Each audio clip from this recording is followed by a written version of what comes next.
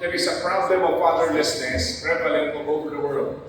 And this problem of fatherlessness is not only because fathers have abandoned their children, but oftentimes because fathers are not aware of the responsibilities that they have from the Lord. So, this ignorance has led to the problem of fatherlessness.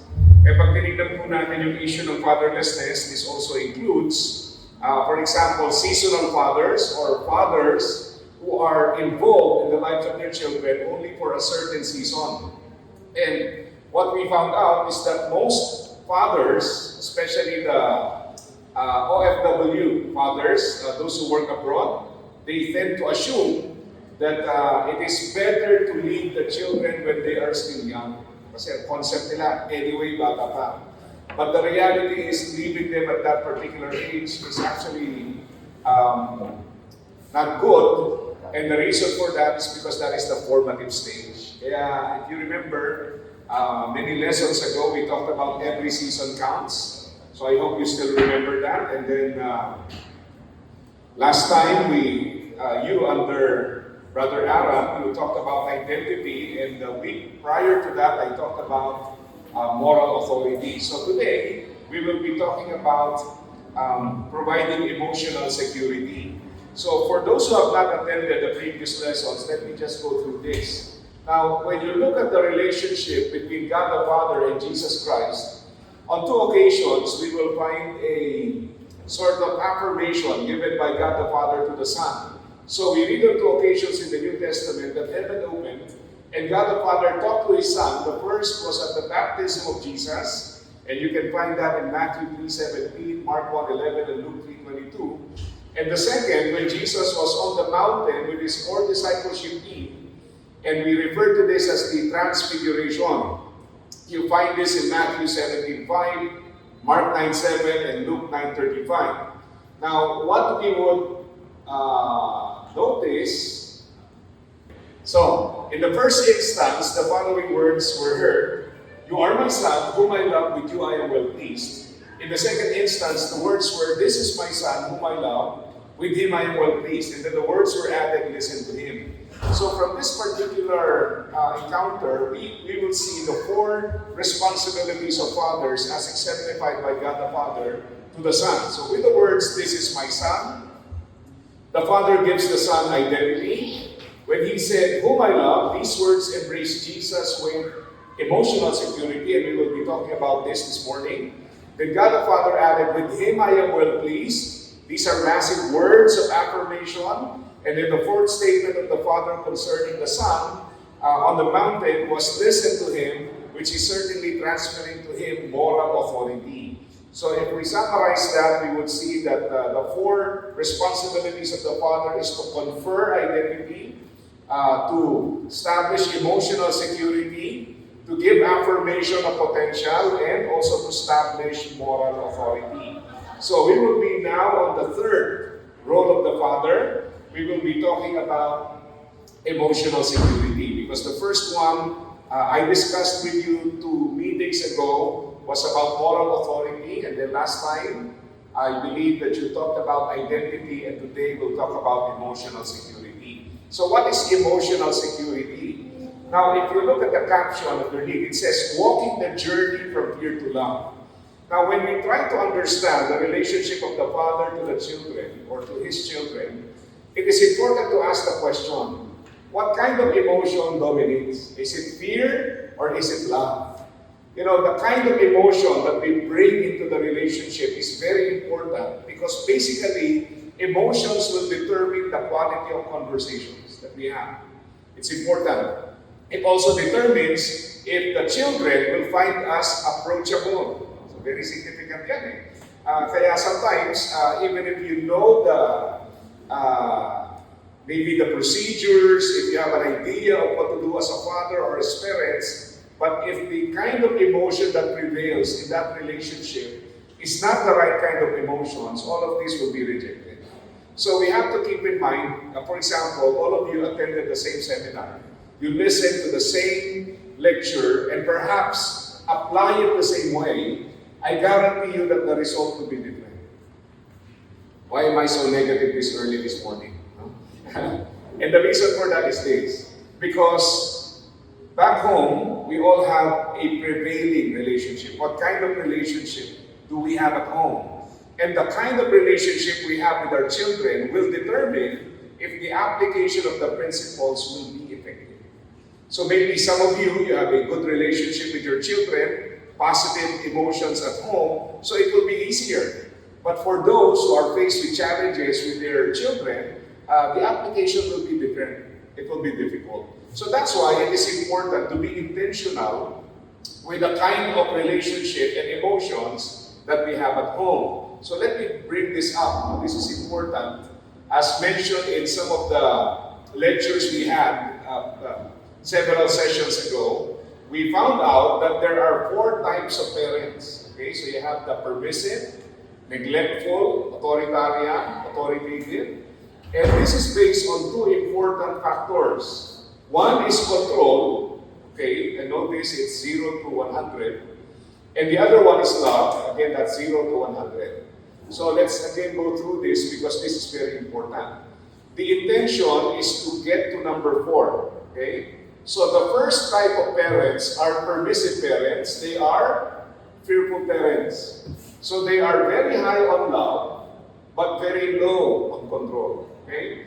You know, some parents, we've noticed, but for some reason, for example, OFW parents, because they are physically absent, they tend to compensate by giving everything to their children.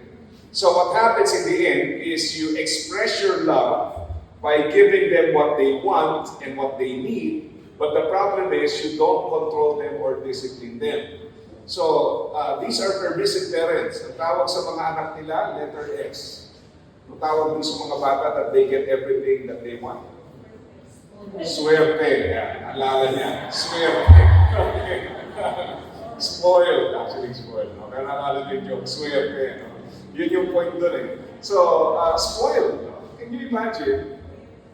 We create spoiled children through positive actions. We give them what they want, and by doing so, we spoil them.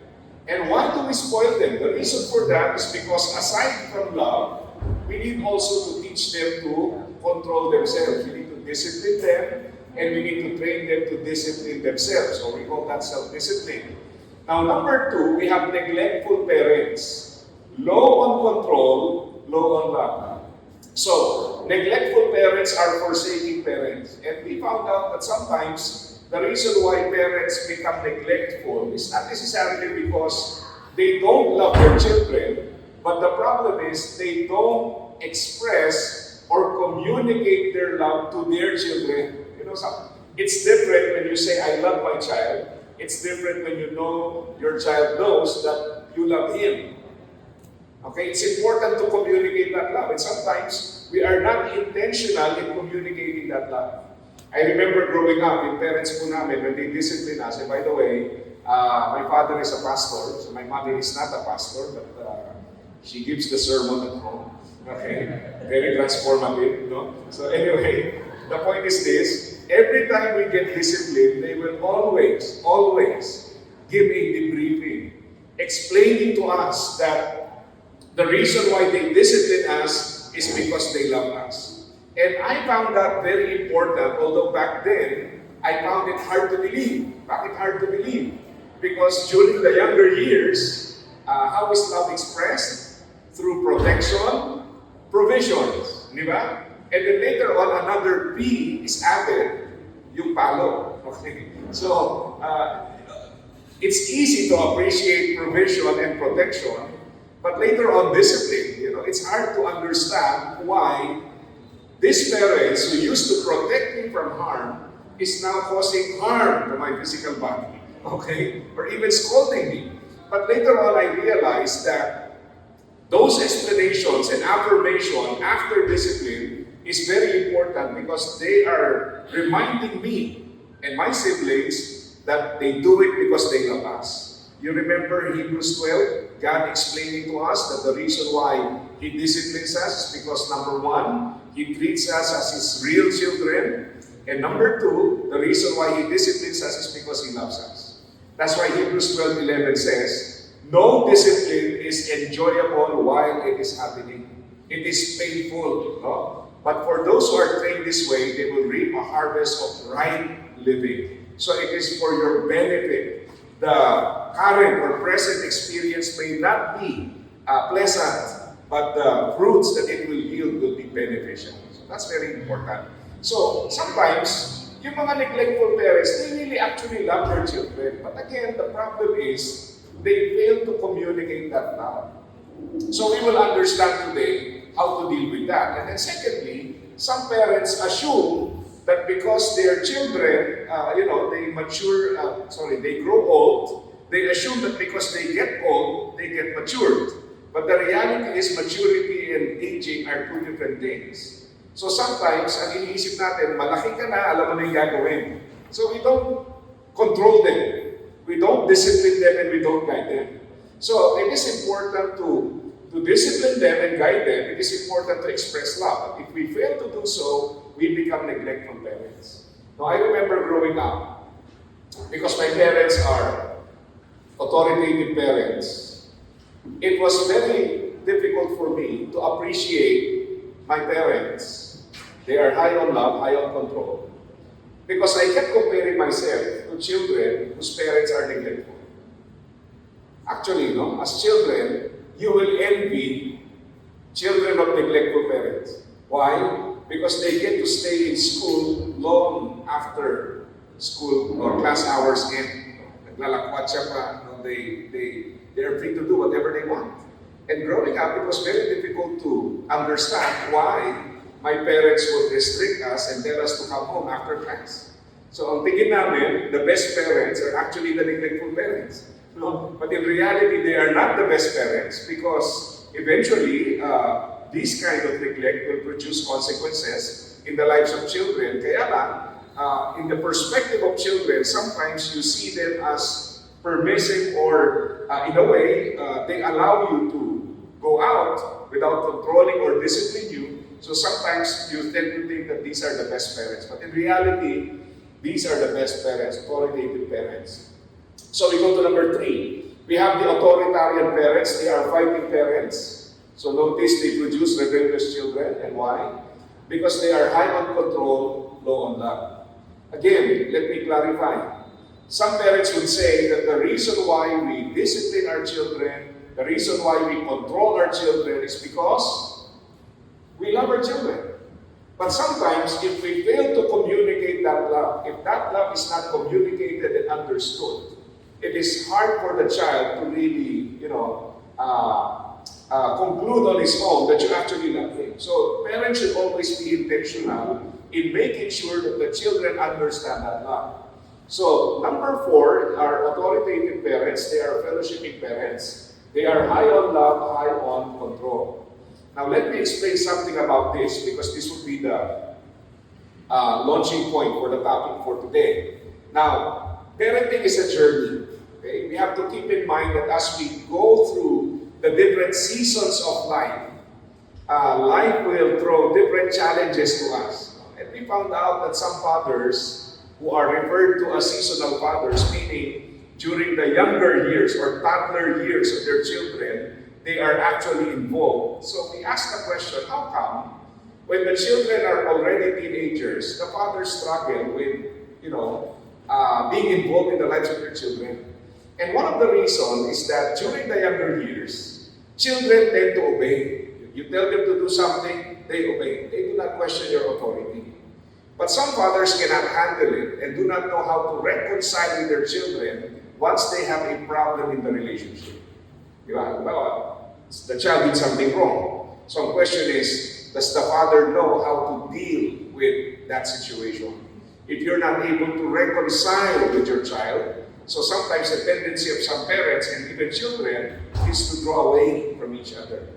So, kaya nagkakaroon ng absentee fathers. No? Why? Because you fail to reconcile with your children. Another thing, keep in mind that aside from parenting as a journey, if you have several kids, you may be at number 4 to one of your kids, no? But maybe to the others, maybe you're number 3, number 2, or number 1. It also depends on which season you are right now. We found out that if parents are in the success season, They tend to become more focused on career, obviously on success, and they spend less time with the children. And after that success season, we refer to it as the significant season, they tend to be more involved in the lives of their children because the business or maybe their career is already established. They have plenty of time to spend with the children. So you are going through your own seasons as well. No? Yung children natin, they go through their own seasons. We go through our own seasons. So the objective is to be at number 4 all the time, whatever season. So as I said, this is a challenge because getting to number 4, think of this as a target. Think of this as a moving target. No? So you have to adjust from season to another season and from time to time. Okay, so you understand? No? Parang hindi, ano? Ulitin natin. You understand? Okay. So let's continue. So how do we develop security? So a father provides security through conviction and discipline, values, friends, choices, direction, creating an environment of love, emotional stability, communication, and physical safety. So we will discuss this one by one. Now, one good verse to keep in mind is Proverbs 18 verse 10. Can we read the verse together? Please read. The name of the Lord is a strong tower. The righteous run into it and is safe. Now look how approachable God is. We know that He will discipline us if we do something wrong. We know that He can punish those who do evil. But the point of the passage is this: whenever we have problems, what do? We run to God, not away from God, and we find safety in Him. So this is a good model of what a father should be or what parents should be. Our children should see us as a refuge in times of problems. Diba? Notice that especially during the teenage years, children at that age tend to run to friends because they are not safe with their parents. Parents always scolding, always disciplining them, so they find safety in friends. So they spend more time with the friends. I remember one time, I heard a testimony from one teenager, and it was a sad testimony. He said, my parents, according to that teenager, my parents always tell me and scold me because I always go home late. And he explained, the reason why I always go home late is because I find our house to be stressful. So he said, I spend a lot of time outside the house, not because I enjoy it outside. It's actually difficult to waste time, he said. But I don't want to go home because my parents are still awake. So when I get home, they will scold me for a while and then we go to sleep. And tomorrow is another day. So to him, the reason why he does not want to go home is because home is stressful. Now in the eyes of the parents, ang thinking naman nila, this child is rebellious. Can you imagine?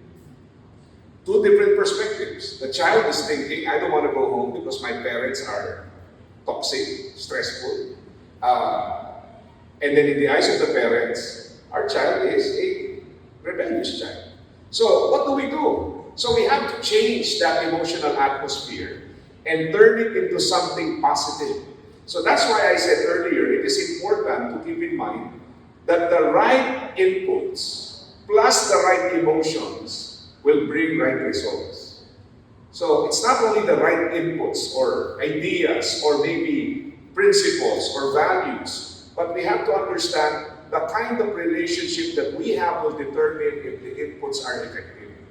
So this is something that is missing in some of the seminars that I've attended on parenting, because you will leave with certain principles, ideas of what to do. And sometimes they apply the principles. When they get home, they get frustrated. And why? The reason for the frustration is because they notice that what worked for another person may not necessarily work for them. And they cannot find out why. This is actually the reason. You may have the same principles, apply it the same way, but take note, because the prevailing relationship in your homes is different, the result will be different. So that's why we need to improve the relationship at home. You get the point? Okay, we are not. So let's continue. This is the problem. Okay? So fathering that creates fear, shame, and guilt. Now, this is usually the They call it the evil cycle of creating fear. Okay? So, this is expectations-based love that creates fear. So notice, many times, we have a mold, okay? An idea, a concept. We want our children to meet our expectations. Sometimes, ang hirap, hindi pa pinapanganak yung bata, may expectation. Ano ba? Yeah, that's true. With some parents, maybe ang preference is that they would have a son. So hindi pa lumalabas yung son, tapos nung na-check, girl pala, di ba? Parang ang bigat na kagad ng expectation. Or maybe if you are a person who likes sports or successful in your career, hindi pa pinapanganak yung bata, meron na tayong prediction. When this child grows up, you will be a good doctor, you will be an athlete, etc. So can you imagine the expectation? What if you're a good athlete, you're expecting your child to become a good athlete, but your child turned out to be an artist? Okay? So you can imagine, no? You develop frustration not because your child is not talented. You develop frustration because you expect him or her to act in a certain way, to excel in a certain way, not according to his gifts and talents. So ang tendency is to set up expectations. So when we have expectations, we want our children to meet that expectation so they perform, okay, to meet the expectation. Now, when they fail to meet the expectation, it leads to disappointment. You as parents get disappointed. The children also get disappointed because they fail to meet the set expectation. It creates guilt and shame. So fear becomes bigger and bigger as the cycle continues. What if? For some reason, your child is able to meet your expectations. So, okay. What do you do when your expectations are met by your children? What do you do with your expectations? Notice that you increase the expectation, right? So in other words, you're setting your child up to fail. So, even if the child is able to meet the expectations in the first cycle, problem natin, if you increase that expectation, you're setting them up to fail. So, we replace expectation with intention. Now, what is the difference between expectation and intention? Expectation is, I create an image in my mind that my child, my family has to comply with. With intentions, I seek to understand God's purpose for my child's life and help my child to become the person that God designed him or her to be. Magkaiba. So you acknowledge the difference of the uniqueness of your children. They are different from you. I will explain that in a while. Now, keep this in mind. So let's continue. So for us to create a no-fear environment, so let me just go back. We create more and more fear as we have this kind of love, expectations-based love. So how do we develop the opposite of this? A no-fear environment. So first, let us understand the way we love. Okay? This is the way we love. I expect you, looking at the child, to make me happy and give me security and or significance. So usually ganyan, di ba? Pinalaki kita, kaya sumbatan tayo ng sumbatan. I did this for you, pinag-aral kita, nag-sacrifice, etc. And sometimes, because of these expectations, again, we create fear. So what we want is to reverse that. So, by understanding the way we love, we can remedy this. My dreams and ideals are centered around you. So in other words, if you do not meet my expectations, my dreams are shattered. Grabe, no? Ang na-create natin. And then I give you the power to make me happy or miserable. Okay, my child, because you failed to meet my expectation, I am sad. I am miserable because you are a failure. So, that's how we love. And then I expect you to live up to my created idol of a husband, wife, or child. So let me explain this. No? In the context of our study, when we say idol, it's similar to a mold or a box, no? Or a set of expectations that we have. We want our children to comply to that. You remember the illustration I did before? Let me explain it again for the sake of those who were asleep during that time. Were you asleep? Just to review. Harsh naman sa pastor. So, let me use this. Before you got married, let's use the context of marriage. You have a list of ideas, maybe not written, but in your mind. Tama ba? Am I correct? O wala, basta may dumaan tao, pwede na yun. Siyempre may ideas, di ba? So you have your list or your idea. So say for example, this is your list. Now, even before meeting your spouse, accepted you na to. Why? Because you created it. You're actually looking for this. Now, the problem is, the person you married is this one. What did you notice? Okay, may excess, no? Dalawa lang naman mapakasawa, yung pulang-pulang o yung sobrang. So you notice there is an excess. I refer to this as the zone of acceptance. Why? Because even before you got married, you have pre-decided you will accept this. Again, because you made this. This is your idol, okay? This is the image that you created. So sometimes we struggle with loving our spouse because the reality is that we don't really love our spouse. We love our idol, our list. So I call this the zone of conflict. Why? You have pre-decided to love what's on the list, but not your spouse. So do you love your spouse? I'm sure you do. Now, the problem is with our children, we do the same. Even before they get born, or sometimes wala pang plano di ba? Pag nagkaanak ako, so sometimes you already have our consent. We have pre-decided, this is what we will do. No? I remember experiencing the same kasi yung second born namin is a boy, already in my mind. No? When you grow up, we will do this or do that. Now, I realized that I was exposing my child, back then, my future child, to danger. Why? Because I'm still not sure if he prefers the things that I prefer, okay, or he will like the things that I like, and yet I am imposing on him. I have already created scenarios in my head of what we will do later on when he grows up. So, you see the point? Sometimes we create an idol or image, so we struggle with accepting the child, not because the child is not acceptable, because we have pre-decided to love what is on our list, not the child himself or herself. So, expectation is this one. Intention is loving this, your child. You see the difference? Expectation is making your child conform to the list. Intention is understanding your child, even the excesses. Okay, so I hope that's clear. So, let's move forward. So, napaisip tuloy kayo if you really love your spouse. Valentine's pa. So, you attend the hello love again and again and again. So that you will improve the relationship. So, because I treat you well, you should become what I expect. See? So, sometimes we get angry. Why? Because they don't become what we expect them to become. Okay?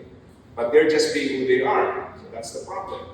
Now, look at idolatry and idolizing spirit. As I said, idolatry is loving this, okay? Not your cell phone, but the mold you created, okay? So that's idolatry in the context of our study. So I look to you to supply things only God can supply. Happiness, fulfillment, and significance. You see the struggle? I want to feel significant because my child, every recognition day, makes me go up the stage for recognition. So I feel significant. But if that does not happen, I feel frustrated. So sometimes, there's no problem. You become the center of my life orientation. I create or carve out the idol in my mind which you need to become. This one, okay? Remember the illustration? Okay, so yan po. And then I control or manipulate you to become my idol. You or I or my desires become the center of my dreams and expectations. That's idolatry, okay? Even with God, you actually, even if you worship the true living God, sometimes you also practice idolatry. In what way? If you're using the paper Bible, notice that there are certain pages that you like to go back to. You read it again and again. God is love, what else?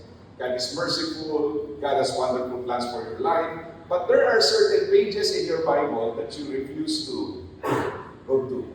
So if you use the paper Bible, look at it from the side. You will notice, some pages medyo crumpled na. And the reason for that is because you keep coming back to that. Some pages remain brand new and intact. Why? Because you refuse to read that. That is idolatry. Wow. Why? Let me explain. Because you want to love God for who you want Him to be, instead of loving God for who He actually is. You get the point? Lord, tanggap ko ito. God is love, God is merciful, God has a wonderful plan for my life. But what about the passages that say, be holy, for I am holy? God is just, okay? We refuse to read that. So, instead of loving God for who He is, we just love Him for who we want Him to be. So even if you are worshiping the true God, there is a tendency to practice idolatry by not knowing Him and loving Him for who He is, but by loving Him for who we want Him to be. That's the problem. Okay? So let's continue before I turn this into a sermon. Okay, so the impact of idolatry. Idolatry, not love, may be the leading cause of marriage. Wow. Litin natin.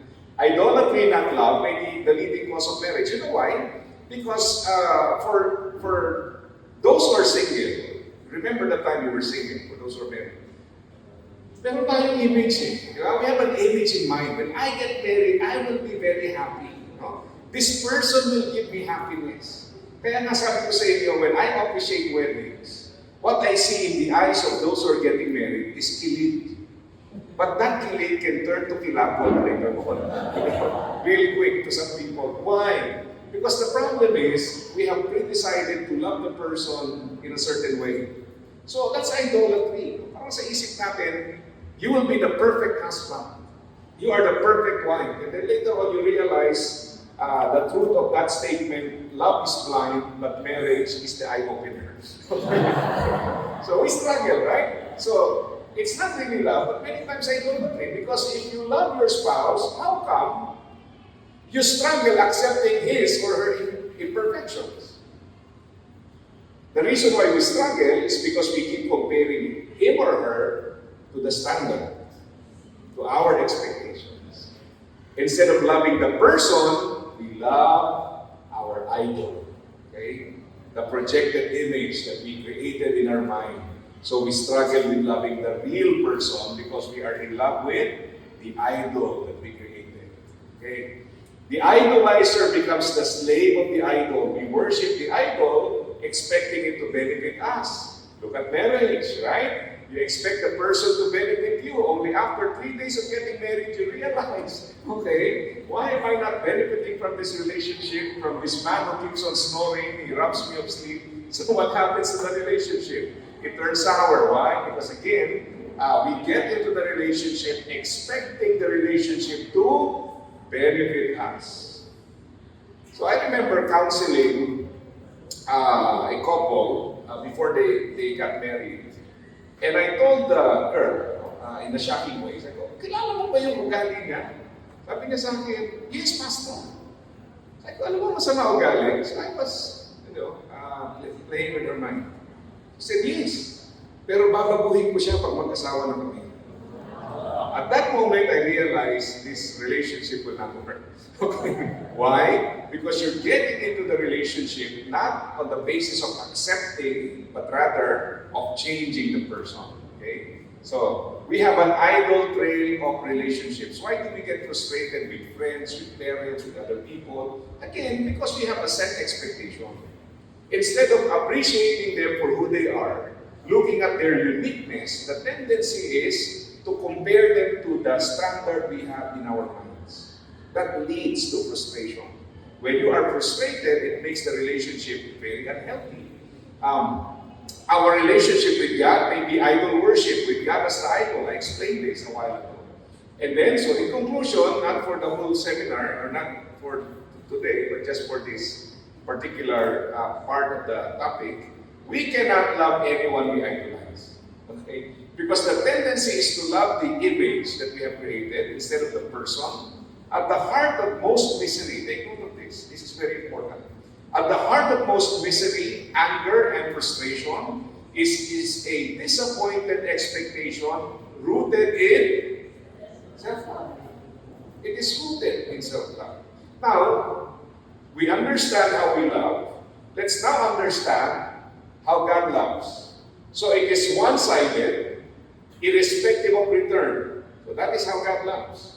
No expectations or manipulation. That's why He can keep on forgiving. It is self-sacrificial. He loves us even though we are useless. Right? He gives and gives from the inside out.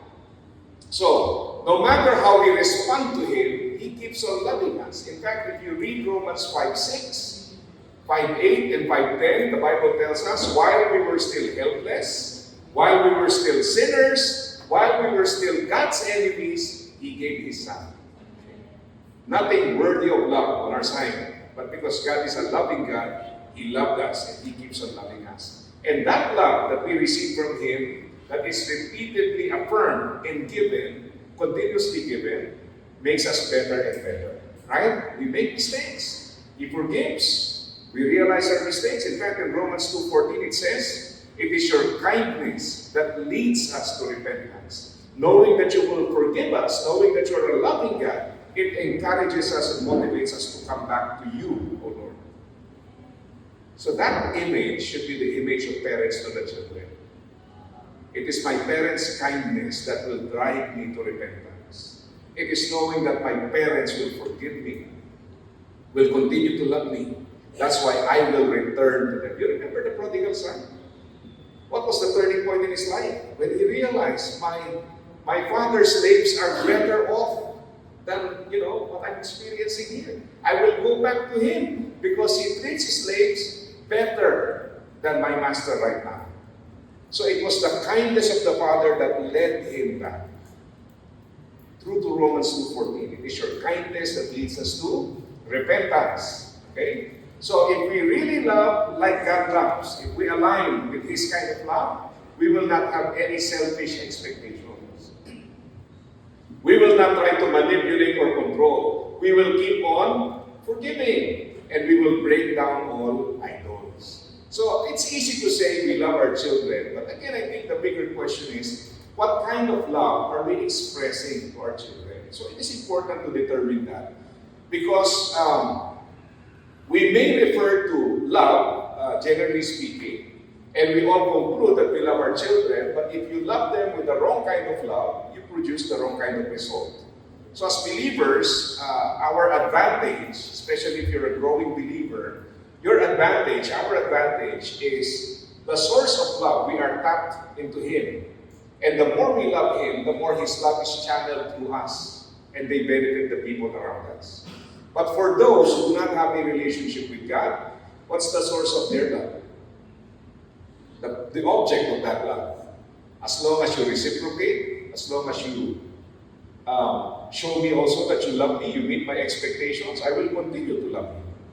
So what if the person that you love does not reciprocate? So the relationship becomes unhealthy. So let's try to understand that. So the value of a person will not be determined by what we can get from them. The value of a person is that they give me an opportunity to love as I have been loved by Jesus. The more useless they are, the more valuable they become. Let me repeat that. The more useless they are, the more valuable they become. Why? Because they give us the opportunity to love as Jesus loved us. Kaya pwede nyo sabihin sa spouse nyo, you are useless. But I love you, okay? Because you give me the opportunity to love you the way I was loved by Jesus. Grabe, no? Hiwalayan din ka. Kaya kailangan mo din kayo dun sa love again and again and again. No? So, look at God's love. Let's compare. Our love is externally determined. You are given the power to make me unhappy. So, this is our love. To summarize, it is exchange determined. You need to earn my love or return it. If you don't, I will not love you anymore. Okay? Number 3, it is expectations determined. You have to meet the expectations of my love. If you fail to meet the expectations of my love, I will find it difficult to love you back. This is how we love. Okay? So let's understand now how we can change. So God wants to change it to a pure love of His own heart. You remember that passage in 1 John 4? We love because He first loved us. And the word love there in the original is agape. That's a different kind of love. Sadly, when you translate it to English, it's just love. Now, you can mistake it for human love or conditional love, but in the original, it's unconditional love. It's agape love. So, the source is God Himself. We are able to love other people because we have a relationship with God. His love for us is channeled to other people, so other people benefit from the love we receive from God. So, we love because He first loved us. Okay? We are able to channel that love because we are tapped onto the source. So, it is internally and eternally sourced. Internally meaning, you don't look at the other person to find reasons to love the other person. You love him or her because you are loving. Okay? God loves us not because we are lovable. He loves us because He is a loving God. He is the source. Okay? It is one-directionally unconditional. You don't wait for the other person to return that love before you can love him or her more, but rather it is just one-sided. It is intentionally driven instead of expectations driven. As I said, intention is discovering the uniqueness of your child and intending or loving the child the way that will benefit him or her. Expectation is, I will love you so that I can benefit from you. I will do this for you so that later on, I can benefit from what I have, take note, invested in you. Yan ang mindset, di ba? Talagaan kita para balik mo yan. Mamahalin kita, balik mo yan. Pinag-aral kita, balik mo yan. So we get frustrated. Why? What if they don't return that? So we struggle. Or we stop loving them or we love them less. So this is the kind of love. So we always say we love our children, but again, I think the bigger question that we need to ask right now, do we love them the way God wants us to love them? As a Christian, this is the beauty of the relationship that we have with God.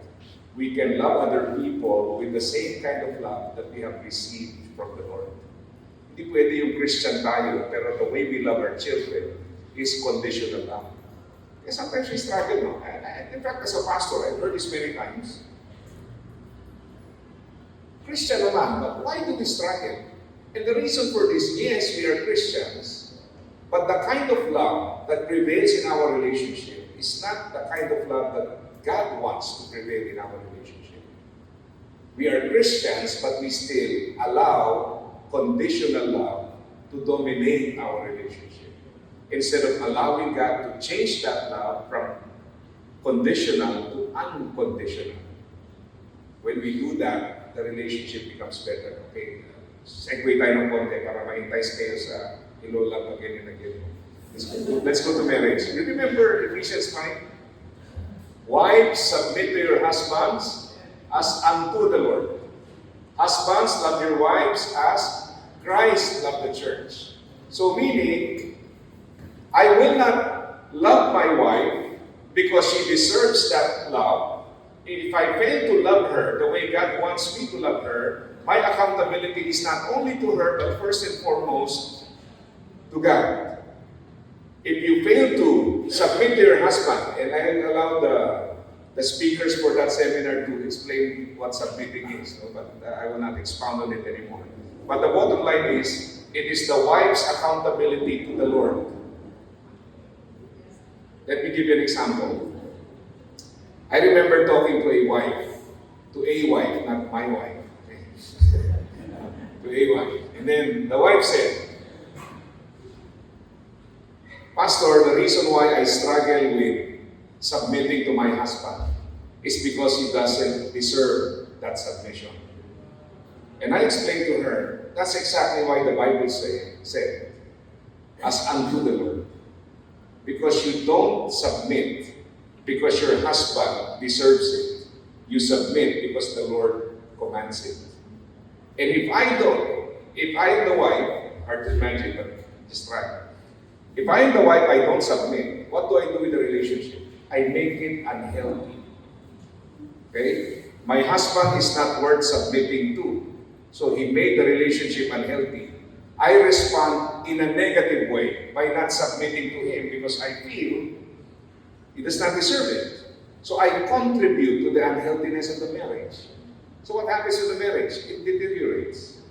But if I respond in a different way, I submit as unto the Lord, he makes the relationship unhealthy, but my contribution to the marriage by responding to the situation is adding help to the marriage by submitting, then I contribute to the health of the relationship. You get the point? Same is true. Mabalik ka rin natin. Husbands, love your wives as Christ loved the church. Not because your wife deserves it, but because the Lord commands it. Okay? So that's the difference between a Christian marriage and a non-Christian marriage.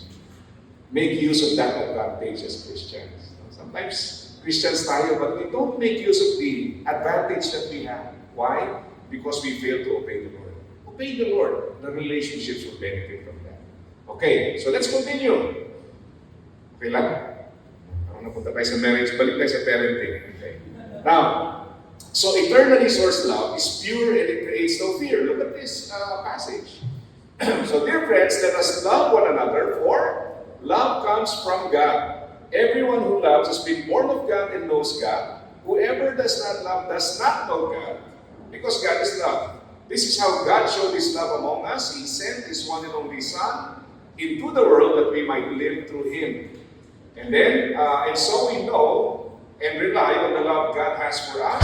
God is love. Whoever lives in God, lives in love, lives in God, and God in them. So it is clear, God and God alone should be the source of love. Okay? Not the person, not the object of the love, but God is the source. The beneficiary of that love is the object of our love. Okay? So, to also improve the relationship, I would like the mothers to please read this. Please read. Ay, naku, hindi na-convince yung husband. So let's read it in a way that will convince the husbands. Please read. Marriage comes first. So we say the world needs a father. To create emotional security at home, keep in mind that the relationship of the husband and the wife, the quality of that relationship, grabe yung mga mami na talagang pinicturan. Naka-zoom in dito.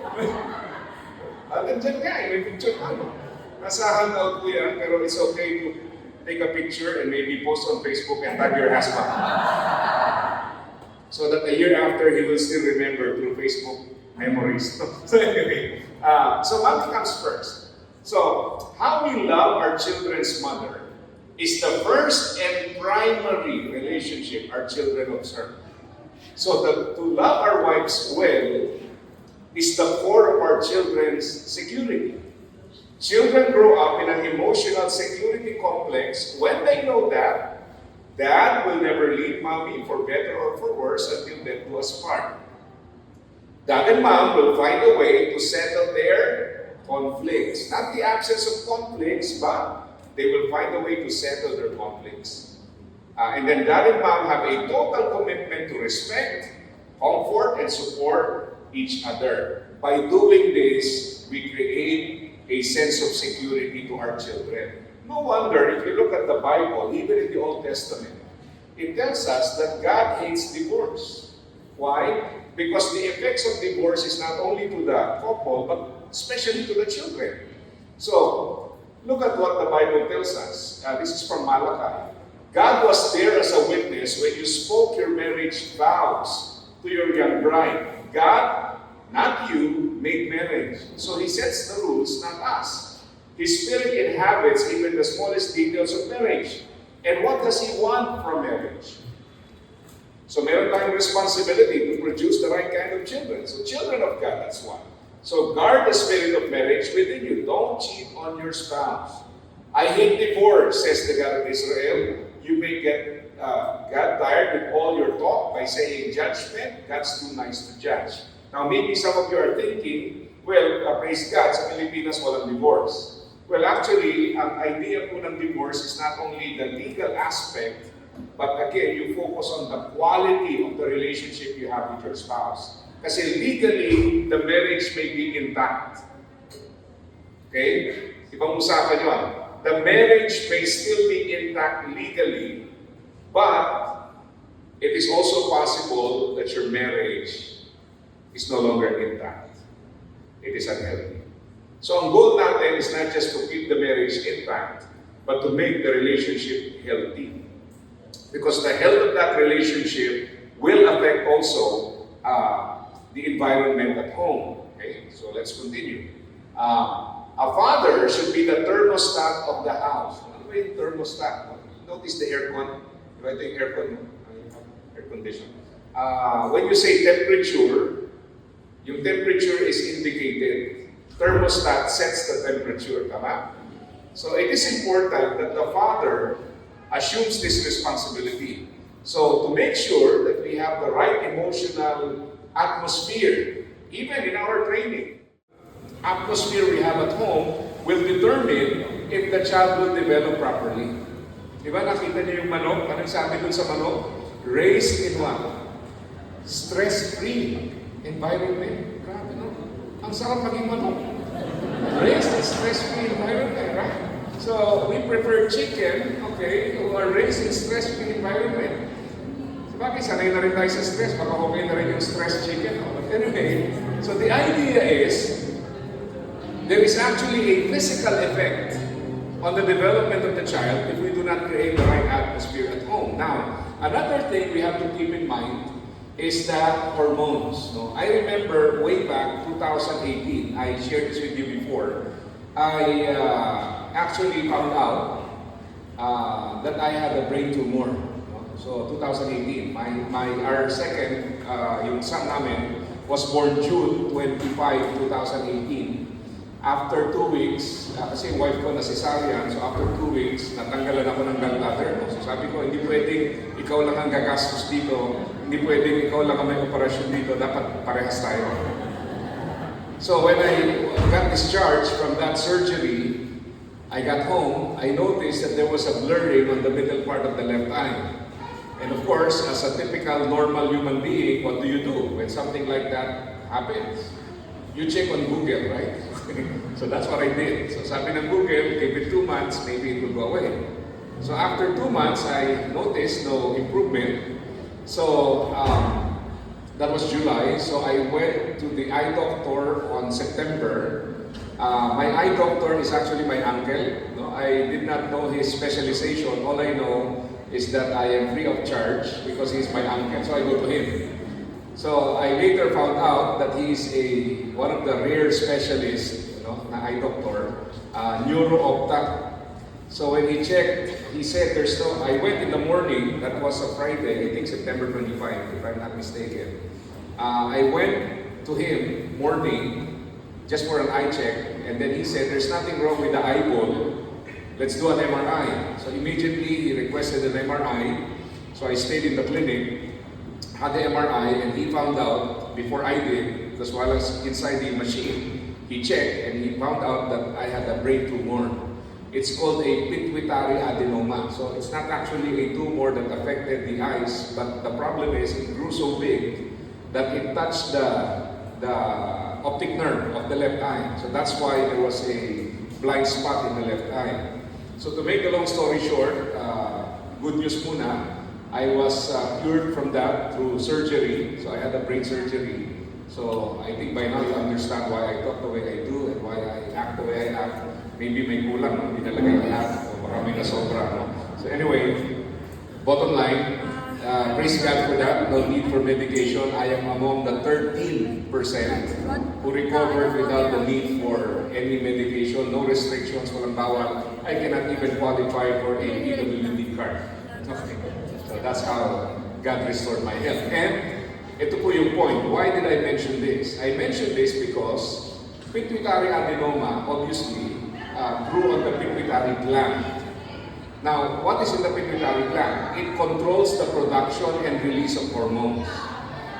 For us to understand hormones, the first question that my doctor asked my wife, because when I went to him the second time, I was with my wife because I wanted the doctor to explain to her what's going on with me. And the first thing my doctor asked my wife, sabi niya, kumusta ugali nito? Grabe naman si doktor. Nakaka-offend, no? Bakit kumusta yung ugali? And then he explained, because this tumor grew on the pituitary gland, when hormones are affected, behavior is affected, he said. So sometimes, mas madali mag-init ang ulo. And when the tumor was removed, I found out, wala na akong reason para mag-init ang ulo. Talagang ugali ko na lang siguro pagka wala na yung tumor. I no longer have the tumor to blame. Okay? So that's the problem. Now, ang point is, it affects behavior. So when I was reading this, I began to appreciate how God designed the human body. No? We don't have to understand everything, but let me just show you the importance of these hormones. Why are they important? Let's skip this one. So oxytocin creates feelings of contentment, calmness, security, and trust. It is often secreted on physical contact with a loved one. So the production, secretion, release of the hormones is actually designed by God in such a way that our relationship with our loved ones will normalize the production, secretion, and release of the hormones.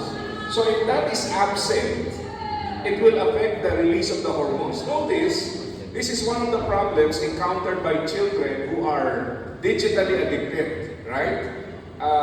Aside from the screen affecting the dopamine production, it also, because of their, they are too focused on the screen and they have no time to interact with other people, the production of other hormones is also affected. Notice that during our time, yung word na depression, no? Dati wala naman yan eh. Di ba?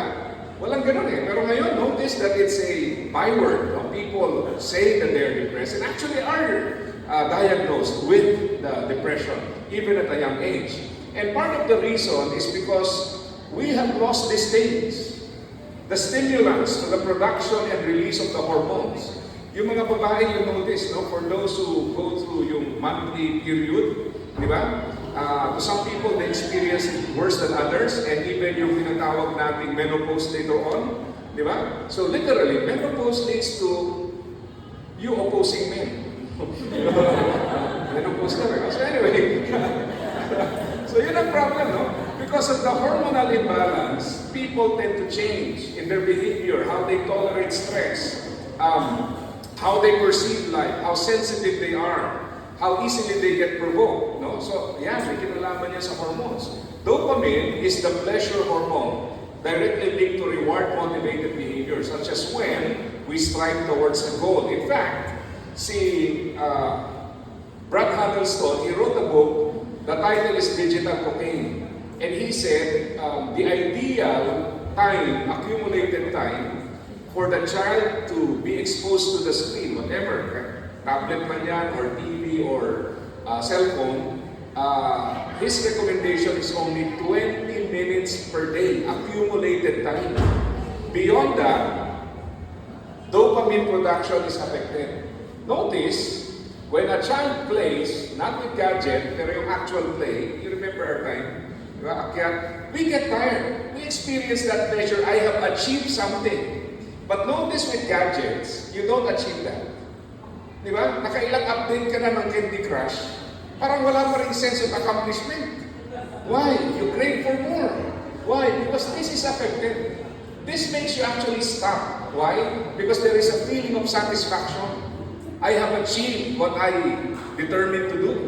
So yun yung effect nun. So in the absence of this, you don't feel that. Kaya pansinin nyo, after playing for what? 8 hours of gadgets, anong gagawin? Pag nalobat yung gadget, they will put on the power bank. Walang sense of accomplishment. They can go and on without stopping. Why?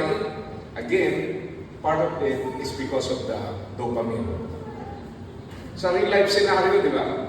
Gawin natin to. You strive, you exert effort. But after a while, you feel, okay na to, na-achieve na natin, or satisfied na ako with the achievement. Let's rest for a while. O kaya, I'm happy with what we have achieved. But with gadgets, you don't feel that. That's why there's digital addiction. It's just part of what transpires. Now, serotonin is a mood stabilizer secreted when we focus on the positive, and it reduces anxiety. No? And then, immunoglobulin A plays a large role in immunization against sickness. If you are negative or angry for more than 5 minutes, so dapat 4 minutes, 59 seconds lang. Okay. So the body stops secreting this and you are more prone to illness. So it is true. No? Kaya pala sinasabi natin, pag yung bata, humihina yung resistensya, part of that is when we are always, we have negative emotions. Kaya pala sabi rin, laughter is the best medicine. No? May basis pala yun. No? Actually, it's also mentioned in the Bible. No? If you have a happy heart, then it gives you good health as well. So cortisol, the excess produced in a stressful environment, it weakens your immune system or response, makes you feel tired, impairs your concentration, impacting short and long-term memory, lowers your discretion. Alam niyo, this is one of the things I monitor during my checks, blood exams. I add this, just last Wednesday, I had a checkup, so praise God, good results. But one of the things I monitor is FD4 cortisol. Bakit? Because if there is a regrowth in the tumor, in the pituitary gland, one of the indicators is this is affected. Abnormal yung results nito. So, kung gusto mo yung expensive way to find out, MRI, very expensive. The cheaper way to check if there's regrowth is this one. So I do this more frequently. Doon tayo sa mas mura, no? And then from time to time, I also do the MRI. I'm scheduled for one this year. So just to check if the tumor is regrowing. But I actually felt this, no? It makes you feel tired. I remember riding my bike. I used to ride maybe 3 times a week. 40, 50 kilometers. Normal lang yun, malapit lang. Before I found out I had a tumor, I thought, age lang talaga ako, tumatanda lang. I rode for maybe 3 kilometers, and I felt, yung feeling talaga na parang hindi na ako makakauwi. Yung ganun feeling na dito na yata ako mamamatay. Sabi ko, grabe, no? 3 kilometers, and yet yung feeling of tiredness, it was so much to the point that I wanted to take the jeep going home. No? And post on Marketplace, bike for sale. Pick me up here. Okay. So, I was so tired. And then later on I found out that I had a brain tumor and it was causing this, the abnormal, extra unusual feeling of tiredness. Okay? And then we have yung resonance, mirroring the physiological profiles of people who correspond in resonance. The open loop, the interpersonal rhythmic regulation, a person transmits signals that can alter hormone levels, cardiovascular function, sleep rhythms, and even the immune function of another. So what this is saying is this: if you show positive emotions to other people, they will show positive emotions in return. Okay? Hindi ba? Halimbawa, kunwari sa Pilipinas, no? Nag-drive ka, nagit-git ka, pagbaba, away ka agad. No? Ikaw kasi. So, stress. Pero halimbawa, muntik na kayo mabangga, pagbaba, galit na galit siya, sabi niya, ikaw kasi, sigawan mo rin, ako kasi. Gaganda yung hormones, di ba? Bakit? You create something positive, no? So mapapansin mo, the more you exchange negative emotions, the more it escalates. But if you try to arrest that and replace it with positive response, things become better. You feel better, di ba? So, you don't need. That's why, look at this. The leader is the group's emotional guide. So this is the father, driving the collective emotions through resonance. Create a positive environment at home, bring the right emotion, and your family will resonate that, okay? in teams, moods are synchronized over a period of time. So what you would notice, even with a group, as time goes by, you cry together, you laugh together. Napansin niyo yun? Di ba? Minsan pag natawa tayo, pare-parehas, matatawa tayo. No? Sabay-sabay. Bakit? Because now the feelings are synchronized. So in a family, it's the same. Have you also noticed that there are non-verbal communications going on with the husband and wife? Minsan sa mga kainan, di ba? Wala namang sasabihin yung wife, titigil lang sa husband. And the husband eats properly, no? Avoiding the cholesterol high food, no? Biglang kakain ng gulay, biglang nagbago. Because basically, you communicate non-verbally. Now, what this is saying is, keep in mind, great leaders works through the emotions. Even if you give them good input, great inputs, without the right emotions, great accomplishments will not be achieved. Yung emotions very important. It inspires us, it motivates us. So that's why at home, it is important to control the kind of emotion that prevails. Now, the group IQ depends on the group's emotional intelligence shown in the harmony. In the context of work, 50 to 70% of how the employees perceive the organization's climate is determined by the leader. People who work in a toxic environment take the toxicity home. The emotion people feel is the glue that holds them together. So emotions people feel is reflected in the quality of their work. Laughter signals the group's emotional temperature. And take note, please read, people who work in a happy environment take the happiness home. So tayo po, meron tayong responsibility to ensure that we create the right emotional atmosphere at home. Now, are you ready to be tested? Okay.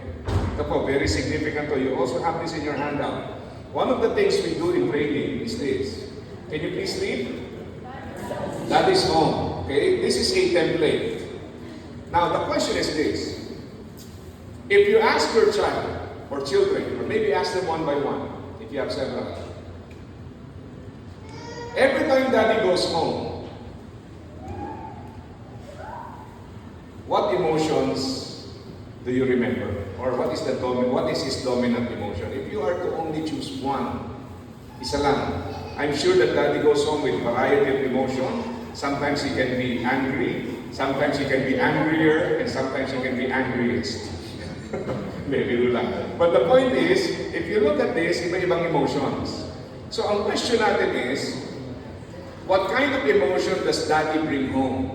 If the daddy is the emotional leader at home and he is responsible for creating the right emotional atmosphere at home, ito po ang test. What kind of emotions do you bring home? Now, I'm sure medyo nakakatakot tanongin to. No? What you do with this is show this to your child. Okay? Tanongin mo siya, anak, Candy, pasalubong si daddy. Siya nga pala. Sinuhulan muna. No? Siya nga pala. You know what we did? Yung wife ko showed this to our daughter when our daughter was maybe around 5 years old. Of course, most of the words mentioned, she did not understand. And we cannot explain everything to her. But this is how we did it. We asked her to pick one. Okay? Which one is daddy every time he goes home? Of course, iba-iba, but if there is just one that, you remember, na talagang dominates. I forgot which particular phrase, but I remember the explanation. Ang explanation niya, daddy has time for me. But daddy feels tired when he's with me. So yung energy level ko is low when I was with my child. How I wish I can blame the tumor, but I don't know. I was intentional with time, but not with energy. Hindi ko na-realize yun. Kasi I thought, you need time, I give you time. Pero hindi ko alam, tinitingnan pala niya yung energy level. I have to be, Mr. Pure Energy for my daughter. So kailangan medyo taasan. And she was 5 years old back then. And I said to myself, this is a good feedback from my daughter. I praise God that I get to hear it now and change. than hear it 20 years from now and regret. So, simple way to get a feedback from our children. Tapos ang ginawa ng misis ko, nagpakabait 1 week. At sa kanya tinanong, which one is mommy? Oh! Hindi ko na sasabihin ko alin. Bahala na sila mag-nanay doon, no? Kaya sabi ko, ang daya mo. Agad-agad, tinanong mo yung anak natin kung alin ako, tapos ikaw, 1 week, binigyan mo pa ng ng kain. Pabait-bait pa. Kain ka, anak. Pinabaon mo, ito talaga. Tapos sa tinanong. Anyway, the whole idea is feedback. It's important. Alam mo, as parents, we need feedback. Tama? Wow, nakakatakot yun. Imagine, no, if you're not doing well as a parent, and nagkaroon ka ng chance to actually change, how it will affect your future. So, in my case, I said, okay, not a very good description of daddy, but a very good feedback to remind daddy to change his ways. So I said, kailangan intentional with time. Also, pinapansin niya, it's not only time, but energy. So kailangan may energy si daddy. Now, what I also learned, kasi yung wife ko, alam niyo, yung wife ko is a very loving and supportive wife. He allows me to ride a motorcycle. Actually, next week, please do include us in prayer. We will be going to the partner station of Far East Broadcasting Company in Isabela. We will be riding to that area maybe around 10 hours. From there, we go to Tuguegarao, same night, first day, and then take the North Loop, going back to Apari, Lawag, and then eventually we'll do the whole Philippine Loop, okay, on a motorcycle. So yung wife ko supports me in doing this, pero may condition siya, okay? And I want you to hear this, because she said, when you ride, bawal ang pagod pag-uwi. Bawal ang walang silbi pag-uwi. Okay? Bawal ang mareklamo pag-uwi. Alam niyo kung bakit? Ginusto mo yan eh. Okay? So I remember riding all the way to Sagada because 2023 I went to India. We rode a motorcycle to the highest motorable pass in the world. So I was included in the team of first Filipinos who made it there. It was not our intention, but just so happened we were there and we made it. So we became the first team. So anyway, we were higher than the Mount Everest base camp. So that was 19,024 feet. So how do you prepare for a group long ride? You ride solo, okay? Solo long ride. So I did a solo long ride before the trip. So I went to Sagada via Ilocos, Cervantes. So that was about 10 to around 12 hours of ride, solo. When I got to Sagada, my wife told me, by the way, our kids have a taekwondo class tomorrow. You will take them to taekwondo. Sagada ako. So that was tomorrow. I said to myself, wow, habang kumakain ako because I had late lunch.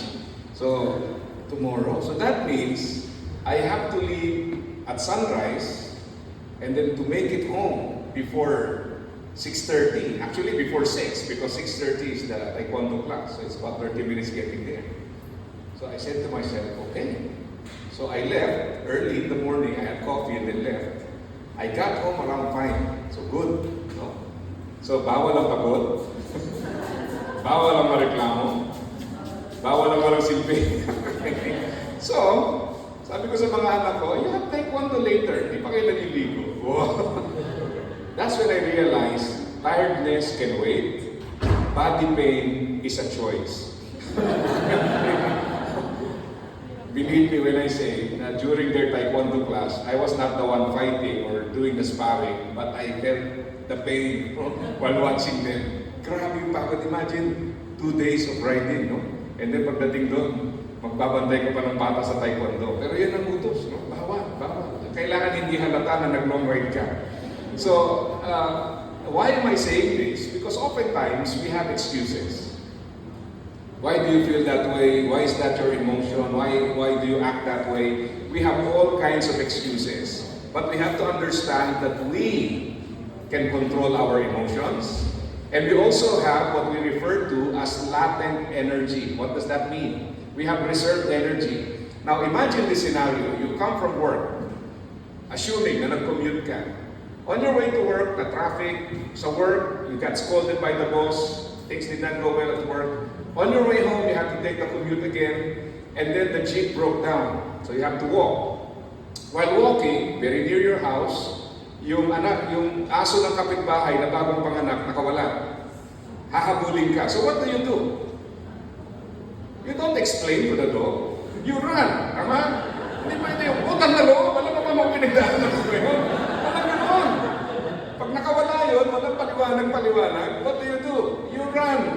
You run with all your might. And whatever reserve energy you have from the top of your head to the soles of your feet, you find it. Okay? Why? Because you don't explain. There's only one thing to do. You run. Tama? You run. So do you have energy? Yes. Okay. And I also found out, sometimes you are tired, but when your friend calls you and tells you, basketball tayo, wow, you have energy. Okay. Biglang may energy, di ba? So they say there's actually energy, but the problem is this. I think the biggest problem is we are always prepared going out from our house to the office, but we don't prepare ourselves from work going back home. Paalis, we wear the best clothes, add to cart tayo ng maraming pasensya because we will be encountering different kinds of people, di ba, at work. We are ready mentally. We know, may customer na mahirap kausap, darating today, but I am prepared. But sometimes we prepare going out, but not coming back. So, mindset is important. Tama? Mindset, really. We cannot always say to our children, pasensya na, kasi kayo na lang ang tagasalo ng lahat ng nangyari sa araw ko. And that cannot be the case. We have to prepare going home. So no matter how tired we get, we have to prepare going home. Why? Because we're going home to the most important people. Because at work, you can easily be replaced. Di ba? Bigay buhay ka dun sa work, after kang matanggal, lalagay lang nila, wanted, batugan, makakahanap ba ka? Di ba? Ang dali makahanap ng kapalit. But at home, you have no replacement. Nobody can replace you. So make sure that when we go home, we bring a lot of energy and positive emotions. That's why we always recommend, and by the way, you have several of these templates. We always recommend, and this is, it depends on the context really, but notice that we have to make sure that in the evening, where we gather together as a family, we actually have a structure. You know why? Because sometimes when we don't have a structure, schedule, when we get back, you will go home, your children are busy. Okay? They have nothing to look forward to.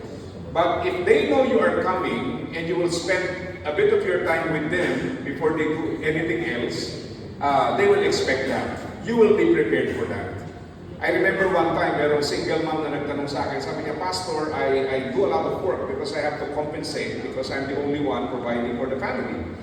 And she said, my daughter is asking more time from me. So what do? I remember telling her, have a structure. Set a particular time in the week wherein you go out together. Okay, so that your child can look forward to it and prepare for it. So you too can look forward to it and prepare for it. Okay? So it's important. That's why structure is important. You may have a different schedule because to some people, dinner time is this time. Okay? Nasa traffic tayo the whole time. No? So it depends on your schedule. Now, one of the things that we also need to understand is emotional intelligence. And it's interesting because most modern day leaders actually tell us that this is something that is missing in today's generation. You know why? The generation today is so used to social media. If you don't want to see a person in social media, there are so many things that you can do. What are those things? You can block, unfriend, unfollow, snooze, worst case, report the person. Report, okay? So you can do a lot of things. According to Simon Sinek, he said, this is the struggle of the social media generation. They struggle in real life scenario. Kasi tayo, growing up, wala tayong social media. So you really have to bear with the person, no? And find out ways on how to deal with the person. Marunong tayong manuyo to understand other people. We have developed the social skills to the next level, and the reason for that is because there's no such thing as unfriend, block, snooze, report, or what else, no? Unfollow. We have to face the person, and we have to settle the issue. But nowadays, they are struggling between real world and virtual world.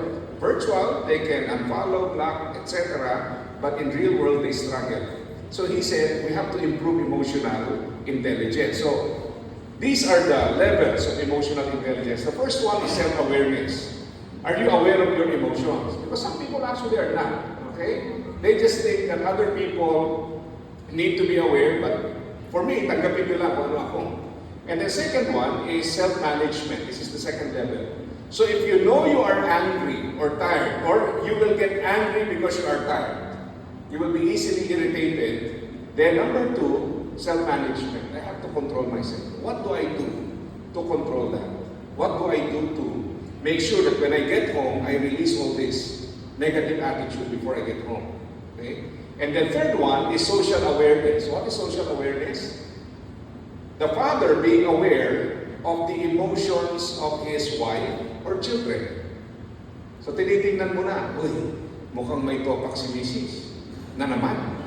Ano? Sorry. No? So sabi niya, now I am aware. So, number 4 is relationship management.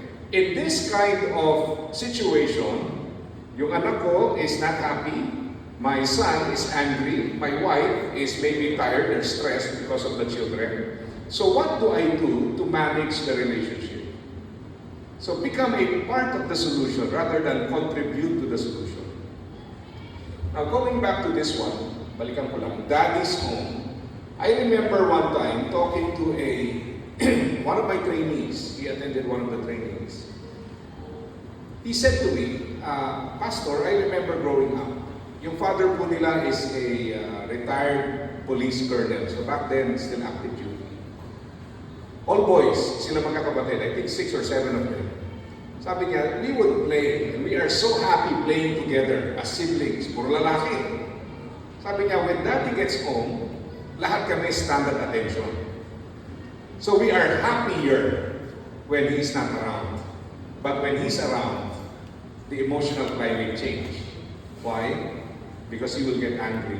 So we act as if we are police officers also of lower rank. Nakita niyo yung point? So are the children happier when we are around? Or are the children happier when we are not around? Daddy's home. Yay! Daddy's home. Or Daddy's home. Takbo mga anak, andyan yung mga hapon. What would be their reaction? Okay, very important to keep that in mind. Okay? So, why is the right emotion important? Another thing that is, one of the things that we can say as the reason for the importance of right emotions is this one. Okay? So many things going on, but I want you to see this. Interpreted message, this one, intended message. Why is this important? Because the message that you share to your children or family will be affected by the emotions that you carry during the conversation. So take note, the intended message may be different from the interpreted message. Okay? Klaro ba yun? So the intended message is different from the interpreted message. And one of the reasons for this is because of the emotions. Halimbawa, tinanong niyo yung anak niyo, anak, kumusta? But your emotions are, maybe you're angry or stressed. So how will your child interpret the message? Your intention, kumustahin siya, but the interpretation, I would rather not tell him my problems. Why? Mukhang marami na siyang problema, dadagdagan ko pa ba? So notice, para kung sinasabi mo sa kanya, kinumusta lang kita out of formality, but I'm not really concerned about your situation. So, ang assumption natin, the message that we give them is the same message they receive. But you have to understand that the intended message and the interpreted message are different. And emotions can affect the communication process. What else? Ito. Also, it is important in communication, right emotions. Now, we also have to change this. Now, to create emotional security, we have to go to level 4 or 5. Pansinin niyo po, what is level 1? Chit-chat. This is very superficial. And what is the question? How are you? Tama? Yun ang lagi nating tanong. And what is always the answer to that question? No matter what happens, may earthquake, fire drill, okay lang, no? They've been out for how many hours? And they can summarize the whole time they were out in 2 words. Okay lang. Scam yun. Hindi yun totoo. Okay? Hey, as a pastor, I've seen this many times. No? Sometimes, punta ka ng funeral, kumusta na po kayo? Without even thinking, yung relatives nung namatay will say, okay lang, pastor. But if you pursue the question, later on, iiyak na. Di ba? Bakit? The automatic response is okay lang. I remember wading through flood during Habakkuk. How deep? This deep. I was with another pastor who was shorter than me. So grabe yung prayer niya. Sabi niya, Lord, sana wag pumalong. No? Kasi pag pumalong yun siya. Dalawa kami, pinakamalan dito. No? Wading through flood. And we went to our daughter church, submerged. Kita namin yung mga neighbors, talagang nasa second floor. Guess what? Kumusta po? Anong sagot? Abang yung mga sofa inaakyat, okay lang. Parang naging okay yan. Without even thinking, they can easily say, okay lang. That's why this is the lowest level. It's level 1. Sadly, majority of our interaction is at level 1. Tama? Level 1. Level 2 is facts. This is when you share or ask for details. For instance, how did you do on your test? So, hindi na pwedeng okay lang to. May score to. So you look for facts, no? So, and then third is opinions or solutions. This happens when you respond with your idea or suggest a solution to the issue at hand. So meaning, now you're showing concern because you're offering a solution. And by the way, take note, in the husband and wife setting, it may be different, no? Because some of the wives, or most wives, actually want to share their problems to their husbands, not because they're looking for a solution, but many times, ang hinahanap nila, yung makikinig at saka dadamay. Tama ba mga misis? No? Kaya lang, ang husband kasi, the way we are wired, when a problem is presented to us, we want to create a list of solutions.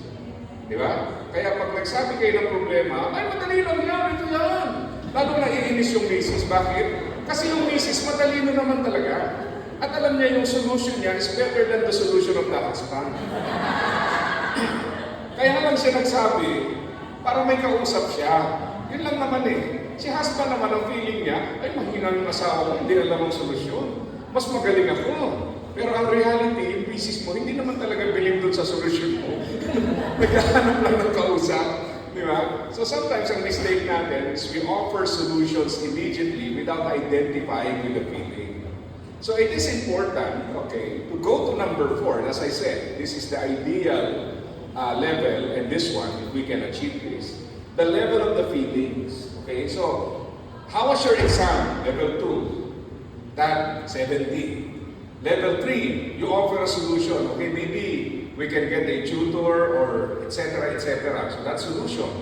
But level 4, so how do you feel with your score? You exerted so much effort in studying, and yet medyo mahirap. So how are you right now? Are you okay? Di ba? That's level 4. Kaya lang minsan, tapos na tayo sa level 2. Ano yung score mo? 70! Grabe naman! Wala na ba ibubuti yan? Di ba? Bakit na lang 70? So napansin nyo, we don't go to level 4. Level 4 is feelings.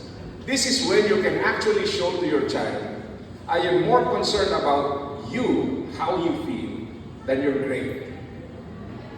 Okay? Ayos ba? Ayos, no? So, level 4. So, this happens when you connect with a person on a feelings level by reflecting that you understand more than the facts, you understand what the situation has done to the emotions of the person. Hopefully, we can go to level 5, which is total transparency. Very difficult, but this is the highest level. So this intimate communication is experienced when there is nothing hidden between two people. You have created a safe space where you can actually open up, talk to each other. So the most important thing to remember is to stay in the room of the feeling. So at least level 4. So pansinin nyo, no? Many times nandito lang tayo, no? Maybe araw-araw kausap natin yung anak natin, but it is just level 1, it is very superficial. So we have to change that. Nag-usap ba kayo ng anak mo? Yes! Pero kung puro level 1, superficial. So we also ask the question, what kind of communication prevail? Up to what degree, okay, of communication. Okay. Now, listening skills. Now, the whole idea to this one is you want to make sure that the person who is talking feels that he or she is understood. Tama? Because by doing so, you make the person feel important. So many ways to do this. Halimbawa, may kausap kayo, ugali ng tao. Pagkaharap mo yung kausap mo, may kachat kang iba. Pagkakausap mo ng kaharap, yung kachat mo dati, siya naman yung kachat mo. Okay? Ganun tayo, no? Pero ang challenge po rito is to be present at the moment. Okay? To make sure that you show the person you are important. Okay? Anak, how are you? Uy, dumating na yung writer. Deliver mo. Okay? Diba? So, what is important? No? So we have to make sure that we focus. They are important. Yung son namin, I remember, kasi I do a lot of work, especially in the pandemic, online. So, nakamonitor ako. Talagang gaganyanin niya yung phone. Ayaw niya nang kausap mo siya na may phone. Gaganyanin niya yung phone. So, meaning, he's giving you the signal, I want your full attention, Daddy. Yeah. Tama, no? Magandang reminder.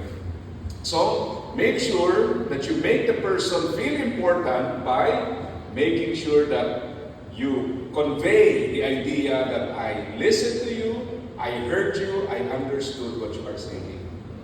Kasi paminsan, hindi pa natin naririnig ng buo, may conclusion na tayo.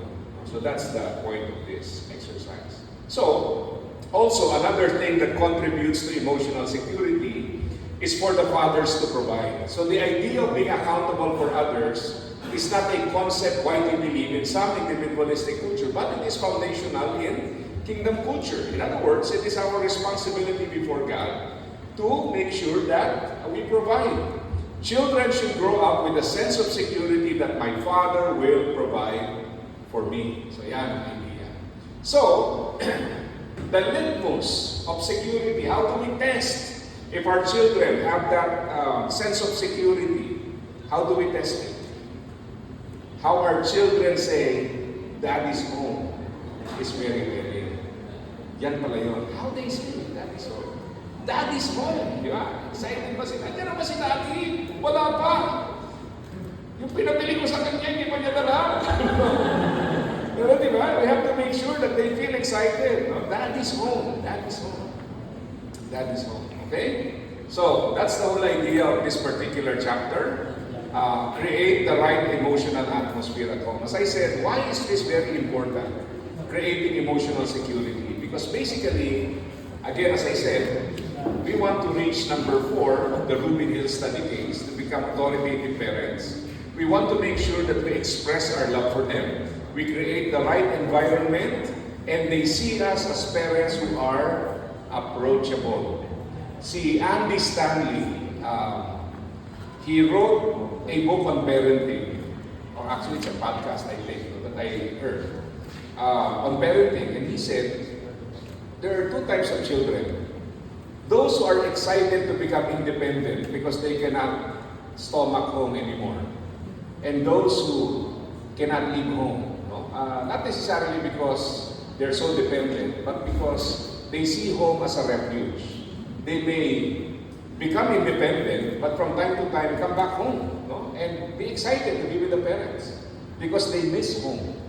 Yun ang gusto nating environment. No? Kahit mag-independent na sila, they miss home and they want to go back. They want to be with the parents, not because they have no money, okay, but because they long for the company of their parents. Di ba? Yun yung idea, no? na talagang, sabi ko nga, palaging paalala ng parents namin sa amin, season lang yan, mabilis lang. So that's true. And if you remember, one of the topics, every season counts. What we emphasize is that when your children reach age 12, they transition from the home phase to the team adventure phase. Meaning, from parents, they now transition to peers. Kaya kung may mga teenagers kayo, ano napansin nyo? Before age 12, pag nakita kayo, Daddy, Daddy, Mommy, Mommy, sasama ko. Pag nasa school, pinuntahan nyo, they're so excited to see you. Daddy, Mommy! Teenager, when they see you at school, they find the other way, no? To exit the school. Bakit? Nahihiya na sila. And the reason for that is because now they are developing socially sa kanilang social skills and they tend to want to have more time with friends. Kaya yun ang tendency. And believe me when I say, maiksi lang yung panahon. Kasi sometimes ang nagiging struggle natin, we think, mahaba pa yan. And then you realize, uy, I have lost the window of opportunity. That's why, whatever season your child is in right now, make sure create the right atmosphere at home. So people ask us, Pastor, what if my issue? You remember I said earlier, you may hear the same things but apply it the same way and still have different results. Ano yung difference? The prevailing relationship. Tama? So we heard the same things. Apply it the same way. Pero dahil iba-iba yung relationship natin with our children, the results may vary. And satisfaction is not guaranteed. Okay, so, why am I saying this? Somebody asked me, Pastor, what if there's a problem with the relationship? What do we do? We always tell them, make sure that the relationship is healthy first. Make sure that the relationship is healthy enough to handle the issue. Because if you force the issue, it will create more damage to the health of the relationship. Ensure that the relationship is healthy enough to handle the issue. And this is the way to do it. Emotional security. To love them as God loved us. Amen? Wala na. Amen? Amen. So, yun yung challenge. No? Ang halaga nito, sobrang halaga. That's why I said, grabe ano, parenting, if you struggle with forgiveness as a person and you become a parent, you will realize that forgiveness is really essential. Because you can never be a good parent or even a spouse to have a successful relationship without forgiveness. That's why the Bible is telling us, we love because He first loved us. It is our relationship with Him, with God, that enables us to succeed in our relationship with other people.